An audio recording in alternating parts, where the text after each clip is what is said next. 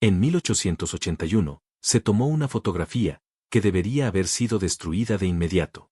Un joven actor húngaro se sienta en una silla ornamentada, mientras el rey de Baviera, uno de los monarcas más poderosos de Europa, se para a su lado, como un sirviente. En protocolo real, esto fue más que escandaloso. Imposible. Un rey nunca se encuentra de pie, mientras un plebeyo se sienta. La única razón por la que esta fotografía podría existir, es si ese plebeyo fuera algo más, de lo que cualquiera suponía saber. Cuando las copias llegaron a Múnich, los ministros que la vieron entendieron de inmediato, lo que revelaba. Esto no fue solo una violación de protocolo.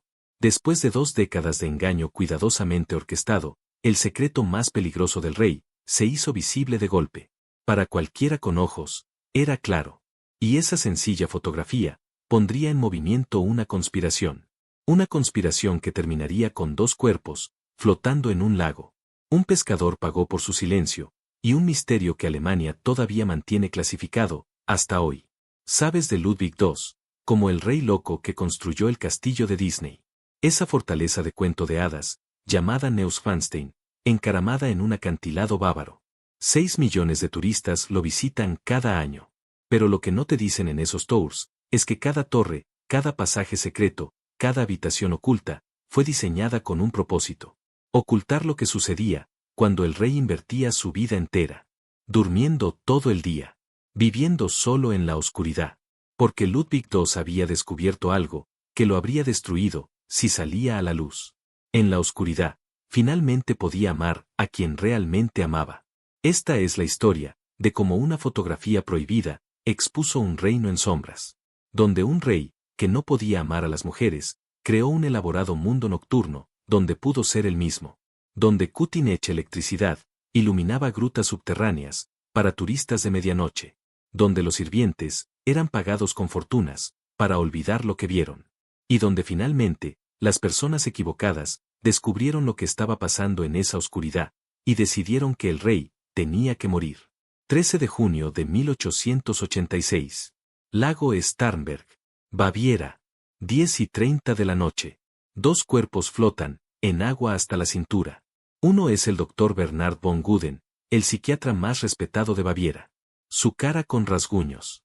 Su cuello, mostrando signos de estrangulación. El otro es Ludwig II, rey de Baviera. 40 años. Su reloj, se detuvo a las 6:54 de la tarde. El informe oficial, dirá suicidió por ahogamiento. Pero Ludwig, era un excelente nadador. No había agua en sus pulmones. Y el pescador que descubrió los cuerpos, recibió pagos misteriosos, por el resto de su vida. De alguna manera, se convirtió en alcalde de su villa. Pero para entender por qué un rey terminó muerto en un lago, por qué un médico fue estrangulado, y por qué se pagó a un pescador por su silencio, debemos volver atrás. Volver al momento, cuando este hermoso y maldito príncipe, descubrió la terrible verdad, sobre sí mismo. Múnich. 1863. Ludwig tiene 18 años. Y acaba de conocer al hombre, que destruirá todo. Príncipe Paul von Thurn-und-Taxis, entró en la vida de Ludwig, usando el uniforme de ayudante de campo. Todos los botones dorados. La postura perfecta. Ludwig había visto hombres hermosos antes. La corte bávara, estaba llena de ellos. Pero Paul, era diferente. Cuando sus ojos se encontraron, al otro lado de la sala del trono, algo eléctrico pasó entre ellos. Algo, que en 1863, Baviera no tenía nombre para ello. O más bien, tenía demasiados nombres. Todos, peligrosos. En cuestión de semanas, eran inseparables. Paul llegaba a las cámaras de Ludwig, a altas horas de la noche, después de que el resto de la corte se había retirado. Su correspondencia oficial, era adecuada. Formal. Pero escondido en los archivos reales, había otras cartas. Cartas que sobrevivieron, solo porque alguien olvidó quemarlas. Querido y amado Ludwig, escribió Paul en una que sobrevivió. Mi corazón late solo para ti. Cuando veo luz en tu ventana, en la residencia, sé que estás pensando en mí. Estoy consagrado para ti, cuerpo y alma. Ludwig respondió, con el tipo de pasión, que luego se usaría como evidencia de su locura. Eres el sol en mi oscuridad. Cuando estás fuera, no puedo comer. No puedo dormir. Recorro mis cámaras como un animal enjaulado, hasta que regreses. Pero los tribunales, tienen ojos en todas partes. Los sirvientes susurran. Los ministros toman notas. Dentro de 6 meses, los rumores se extendían por las salas de cerveza de Múnich. El príncipe sin corona, susurraban. Prefiere la compañía de su ayudante de campo, antes que cualquiera de las princesas, desfiladas ante él. Algo tenía que hacerse. La madre de Ludwig, la reina Marie, fue la primera en actuar. Ella convocó a Paul, a una audiencia privada. No existe registro de lo que se dijo. Pero Paul dejó Baviera esa misma noche. Transferido a un puesto en Prusia. Nunca volvería. El primer sabor de la angustia de Ludwig vino con una lección. Amar, para él, siempre significaría pérdida. Pero hubo algo más, que ocurrió en esos meses, después de la partida de Paul. Algo que definiría el resto de la vida de Ludwig. Comenzó a cambiar su horario. Lentamente al principio. Faltando reuniones matutinas. Llegando tarde a consejos de la tarde. Para el invierno, los cortesanos notaron que el príncipe rara vez se veía antes del atardecer. Su Alteza, escribió un ministro, parece haber desarrollado una aversión a la luz del día misma. Pensaron que era dolor. Tenían razón, parcialmente. Pero Ludwig había descubierto algo. Algo, durante esas reuniones nocturnas con Paul. En la oscuridad, en esas horas, cuando la sociedad adecuada dormía, él podía ser el mismo. La máscara, que él usaba durante las horas del día. El príncipe perfecto. El futuro rey. El hombre que se casaría, y produciría herederos. Esa máscara, podía salir, solo cuando se ponía el sol. Luego, en 1864, todo cambió. El rey Maximilian II, murió repentinamente. Y con solo 18 años. Ludwig se convirtió en rey de Baviera. La corona pesaba 3,5 kilos. Pero para Ludwig, bien podría haber pesado 1,000. Porque ahora, no solo se esperaba que escondiera quién era. Se esperaba que se casara. Que produjera herederos. Que asegurara la dinastía Wittelsbach. La supervivencia de 700 años de monarquía bávara, descansaba en su habilidad, para hacer lo único, que nunca podría hacer. Amar a una mujer. Lo intentaron, por supuesto. En 1867, la corte celebró, cuando Ludwig anunció su compromiso, con la princesa Sofie, hermana de la famosa emperatriz Elizabeth de Austria. Sofie era hermosa, inteligente, todo lo que una reina debería ser. La boda fue planeada, para el 25 de agosto, el cumpleaños de Ludwig. Se enviaron invitaciones por toda Europa. Pero a medida que se acercaba la fecha, Ludwig se volvió cada vez más errático. Pospuso una vez. Luego otra vez. Finalmente, en octubre, llamó a Sofía a una reunión privada. No puedo hacer esto contigo, le dijo, según sus memorias posteriores. Te mereces un marido, que pueda amarte por completo. Yo no soy ese hombre. Nunca seré ese hombre. El compromiso se rompió. Sofía, sorprendentemente, parecía entender. Ella nunca se casó con nadie más. Más tarde decía, ¿cómo podría, después de ser amada por Ludwig? Pero se equivocaba en una cosa. Ludwig no la había amado. Él ya estaba enamorado, de alguien más. Richard Dornig entró en la vida de Ludwig, a través de las puertas de los establos. Literalmente. Era un mozo responsable de los caballos reales, cuando Ludwig lo notó por primera vez, en 1866. Rubio. De ojos azules. Con rasgos clásicos, que parecían tallados en mármol. Ornig fue todo lo que Paul había sido. Pero con una diferencia crucial. Estaba lo suficientemente bajo, como para que nadie sospechara. O eso, Ludwig pensó. Dentro de un año, Ornig había sido promovido. De mozo de caballos, a maestro del establo. Luego, a ayuda de cámara personal. Ludwig le regaló una propiedad junto al lago. Una fortuna en salario anual.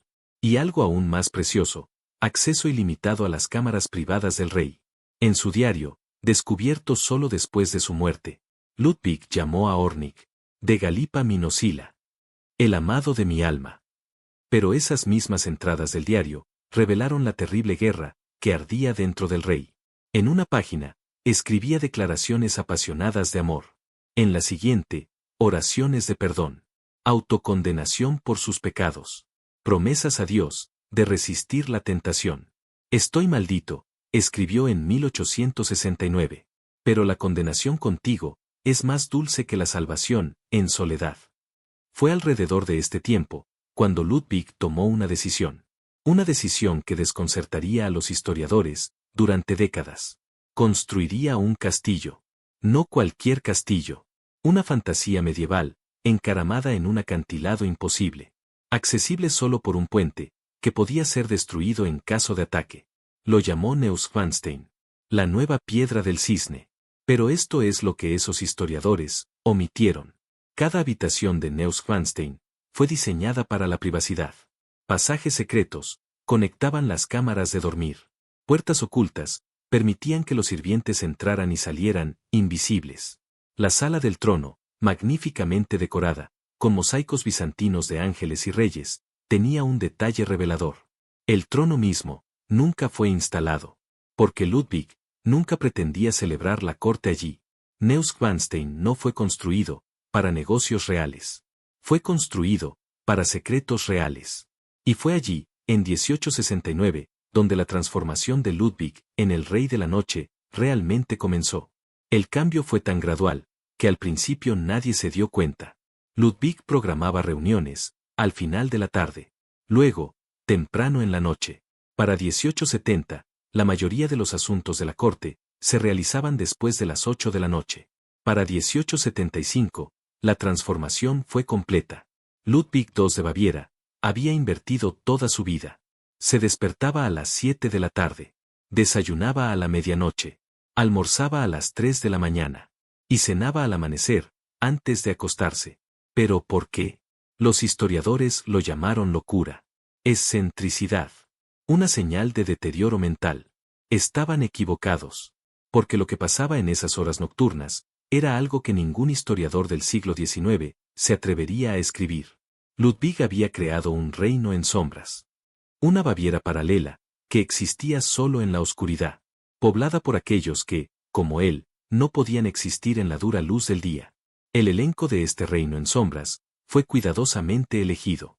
Estaba Ornik, por supuesto, ahora prácticamente viviendo en las cámaras del rey. Pero había otros. Jóvenes actores de los teatros de Múnich, reclutados después de las funciones de medianoche. Músicos, que tocaban conciertos privados, en la Gruta de Venus.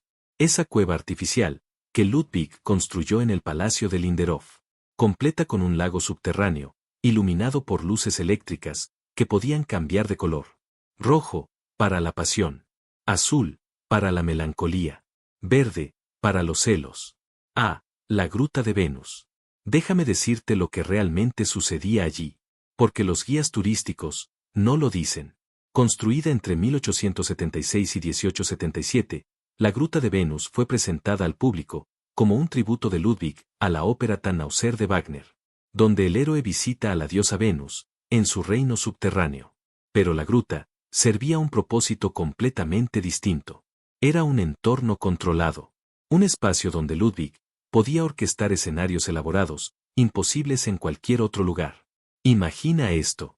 Una cueva artificial, de 90 metros de largo, con un lago, calentado a exactamente 28 grados centígrados. Máquinas de oleaje mecánico, creando suaves olas. Ocultos, los músicos tocaban Wagner, desde detrás de rocas artificiales. Y en el centro, un bote dorado con forma de caparazón, donde Ludwig flotaba durante horas, con su compañero elegido de la noche. El sistema de iluminación eléctrica fue revolucionario. La primera central eléctrica de Alemania, construida específicamente para el placer de un solo hombre. Pero esas luces hacían más que iluminar. Transformaban. Bajo luz roja, la gruta se convertía en el Venusberg, la montaña del placer, de la ópera de Wagner. Bajo azul, era la gruta azul de Capri, donde los emperadores romanos alguna vez tuvieron sus reuniones secretas. Pero lo más importante, esas luces podían extinguirse. Completamente. En cualquier momento. Sumergiendo la gruta en absoluta oscuridad, si llegaban visitantes inesperados.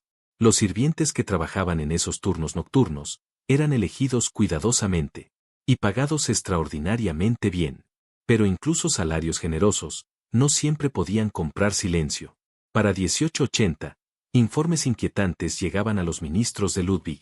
El rey decían, exigía que los jóvenes sirvientes realizaran danzas, bailes privados, sin sus uniformes. Un informe presentado por un sirviente despedido, en busca de venganza, describía escenas que más tarde se usarían como evidencia de la locura de Ludwig.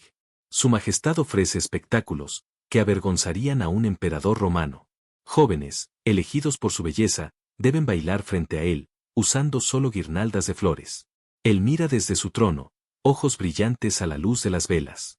De vez en cuando, llama a uno hacia adelante, para susurrar instrucciones privadas. Estos informes podrían haber permanecido enterrados en archivos ministeriales, si no fuera por lo que sucedió en 1881. El evento, que comenzaría la caída de Ludwig. La llegada de Joseph Kainz. Kainz tenía 23 años, cuando Ludwig lo vio por primera vez actuar, en el Teatro de la Corte de Múnich. Estaba interpretando Didier, en Marion Delorme de Víctor Hugo. Y por todas las cuentas, su desempeño fue competente, pero no extraordinario. Sin embargo, algo en él cautivó al rey. Esa misma noche, Ludwig envió una citación real. La mayoría de los actores habrían estado aterrorizados. Una audiencia privada, con el cada vez más solitario rey, conocido por sus extraños comportamientos y solicitudes aún más extrañas. Pero Kainz era diferente. Ambicioso, ciertamente, pero también curioso, por este misterioso monarca, que vivía en la oscuridad. Su primera reunión duró hasta el amanecer. ¿Qué discutieron? Nadie lo sabe. Pero dentro de una semana, Ludwig había invitado a Kainz a un viaje a Suiza. No como actor. No como entretenimiento. Como compañero. El viaje a Suiza, en mayo de 1881, debía ser secreto. Ludwig viajó bajo el alias Conde von Berg. Kainz, como su secretario. Pero Ludwig, en su enamoramiento, cometió un error fatal. Permitió a un fotógrafo en Lucerna tomar su retrato. Esa fotografía. Dios, esa fotografía. En ella, Kainz se sienta en una silla ornamentada. Relajado, casi informal. Su mano descansando en la rodilla. Ludwig se encuentra a su lado. El rey de Baviera, de pie, mientras un actor común permanece sentado. Pero son sus expresiones las que cuentan la verdadera historia. Kainz mira directamente a la cámara. Una leve sonrisa. Segura. Sabiendo. Ludwig no mira a la cámara. Mira a Kainz. Y la expresión en su rostro es la de un hombre completamente impotente en su amor. Cuando las copias de la fotografía llegaron a Múnich, los ministros de Ludwig quedaron horrorizados. No solo por la violación del protocolo, sino por lo que revelaba. La sexualidad del rey, cuidadosamente oculta durante casi 2 décadas, se volvió repentinamente visible para cualquiera con ojos. El conde Maximilian von Holstein, antiguo amigo de Ludwig, convertido en enemigo político, vio una oportunidad. Y comenzó a recolectar evidencia. No solo la fotografía, sino testimonios de sirvientes despedidos. Recibos de lujosos regalos, a compañeros masculinos. Y lo más condenatorio de todo, extractos del propio diario de Ludwig, robado por un ayuda de cámara sobornado. Pero Holstein sabía que la homosexualidad por sí sola no sería suficiente para destronar a un rey. Esto era Baviera, después de todo, donde tales cosas eran toleradas en silencio, entre la nobleza, siempre que permanecieran discretas. No, necesitaba algo más. Necesitaba demostrar que Ludwig estaba loco. Entra el doctor Bernhard von Guden, el psiquiatra más destacado de Baviera. Un hombre, con sus propias ambiciones. Guden nunca había conocido a Ludwig. Nunca lo examinó. Nunca estuvo en la misma habitación que él. Pero eso no le impidió producir un informe médico detallado. El informe, compilado en marzo de 1886, fue una obra maestra de negligencia médica. Cada excentricidad, convertida en síntoma. El horario de sueño invertido, signo claro de demencia. Las representaciones privadas, delirios de grandeza. Las relaciones con hombres, prueba de instintos sexuales contrarios. Indicadores de locura moral. Pero esto es lo que realmente decía ese informe. Si lees entre líneas, Ludwig II no estaba loco. Era inconveniente. Para 1886, las deudas de Ludwig habían llegado a 14 millones de marcos. Sus castillos estaban desangrando el tesoro real. Y más peligrosamente, sus relaciones cada vez más abiertas con hombres, se estaban volviendo imposibles de esconder. El reino en sombras, que había construido en la oscuridad, estaba siendo arrastrado a la luz. La conspiración se movió rápido. El 10 de junio de 1886, Ludwig fue declarado loco, no apto para gobernar. Su tío, el príncipe Luitpold, fue nombrado regente. Se envió una comisión a Neuschwanstein para arrestar al rey. Ludwig recibió la noticia del golpe, solo unas horas antes de que llegaran. Sus sirvientes leales, los que habían guardado sus secretos durante décadas, le advirtieron que tenía una oportunidad de huir. La emperatriz Elizabeth de Austria, su prima, y quizás la única persona que realmente lo entendía, había organizado carruajes en la frontera. Pero Ludwig dudó. ¿A dónde iría un rey depuesto? Le preguntó a su ayuda de cámara. ¿Qué vida existe para un Ludwig que ya no es rey de Baviera? Cuando la comisión llegó a Neuschwanstein, a las 4 de la mañana del 12 de junio, encontraron a Ludwig en su habitación, completamente vestido, como si hubiera estado esperando. El doctor von Guden, al frente de la comisión, finalmente se encontró cara a cara con el hombre al que había declarado loco, sin jamás haberlo visto. ¿Cómo puedes declararme loco?, le preguntó Ludwig. Nunca me has examinado. La respuesta de Guden fue fría en su certeza. No es necesario. La evidencia documental es abrumadora. Llevaron a Ludwig al castillo de Berg, junto al lago Starnberg, supuestamente para tratamiento. Pero todos sabían la verdad. Esto no era un hospital. Era una prisión. Y Ludwig nunca saldría vivo de allí. La noche del 13 de junio, menos de 48 horas después de su arresto, Ludwig pidió al doctor von Guden caminar con él junto al lago. Había llovido. La tormenta había pasado. Guden, quizá sintiéndose culpable, quizá demasiado confiado, aceptó. Incluso despidió a los guardias, que normalmente los acompañaban. El rey está tranquilo, les dijo. No necesitamos protección contra un hombre roto. Salieron a las 6:30 de la tarde. A las 8 p.m., cuando no habían regresado, se enviaron partidas de búsqueda. Lo que encontraron nunca ha sido explicado adecuadamente. Ambos cuerpos estaban en el agua, a unos 25 metros de la orilla. El agua, hasta la cintura. El reloj de Ludwig se había detenido a las 6:54. Fueron hallados a las 8:10.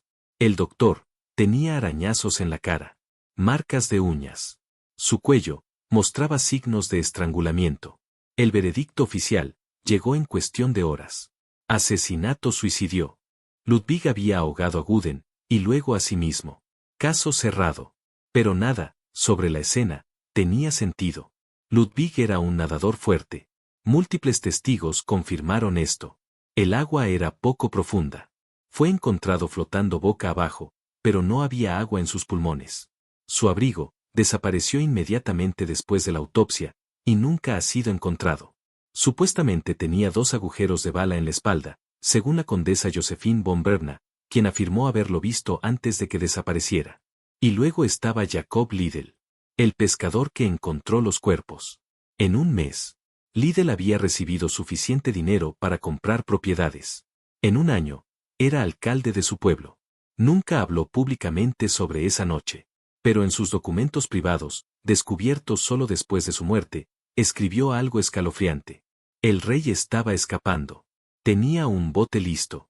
Mientras se acercaba a mí, escuché el disparo. Cayó al agua. Me dijeron que, si valoraba la vida de mi familia, no vi nada más que 2 hombres ahogados. ¿Quién disparó ese tiro? ¿Quién le dio a Liddell esas órdenes? ¿Quién pagó por su silencio?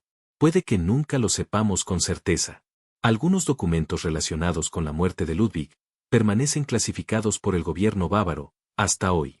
En 2007, cuando los investigadores solicitaron abrirlos, se les dijo, los archivos son demasiado sensibles para el consumo público.